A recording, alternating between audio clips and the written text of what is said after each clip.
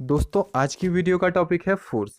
और इस वीडियो में हम सबसे पहले फोर्स फिर उसके इफ़ेक्ट्स और टाइप्स को जानेंगे।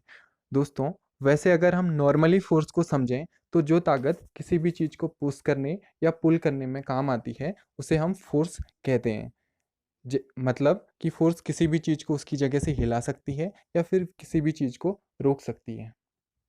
दोस्तों, फोर्स दिखाई तो नहीं देता, पर हम जो ये इफ़ेक्ट प्रोड्यूस करता है उससे हम इसे जज कर सकते हैं। फोर्स के कई इफेक्ट हो सकते हैं, तो आइए हम इन्हें एक एक करके समझने की कोशिश करते हैं। जैसे पहला effect, a force can move a stationary body. मतलब कि हम किसी रुकी हुई चीज पे अगर फोर्स अप्लाई करते हैं तो वो मोशन में आ सकती है। दोस्तों, दूसरा जो फोर्स का इफेक्ट है वो इससे बिल्कुल अपोजिट है। मीन्स कि force can stop a moving body. मतलब फोर्स किसी मूविंग बॉडी को स्टॉप कर सकता है। फोर्स का तीसरा इफेक्ट है कि वो किसी भी बॉडी की स्पीड को चेंज कर सकता है। इसे हम एक एग्जांपल से समझ सकते हैं। जैसे साइकिल चलाते वक्त हम अगर पेडल तेजी से मारना शुरू करें तो साइकिल की स्पीड बढ़ जाती है। फोर्स का चौथा इफेक्ट ये है कि वो किसी भी मूविंग बॉडी के डायरेक्शन को भी चेंज कर सकता है। जैसे क्रिकेट खेलते वक्त आपने देखा होगा कि क्रिकेट में बैट्समैन शॉट लगाकर बॉल की डायरेक्शन को चेंज कर देता है।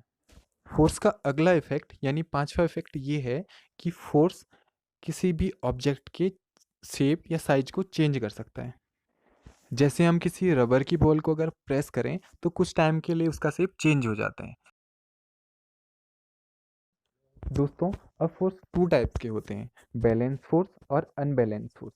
बैलेंस फोर्स में हम जब किसी ऑब्जेक्ट पर फोर्स लगाते हैं तो वो हिलता नहीं है, क्योंकि ओवरऑल सारे फोर्सेस कैंसिल हो जाते हैं और ऑब्जेक्ट पर नेट फोर्स ज़ीरो हो जाता है।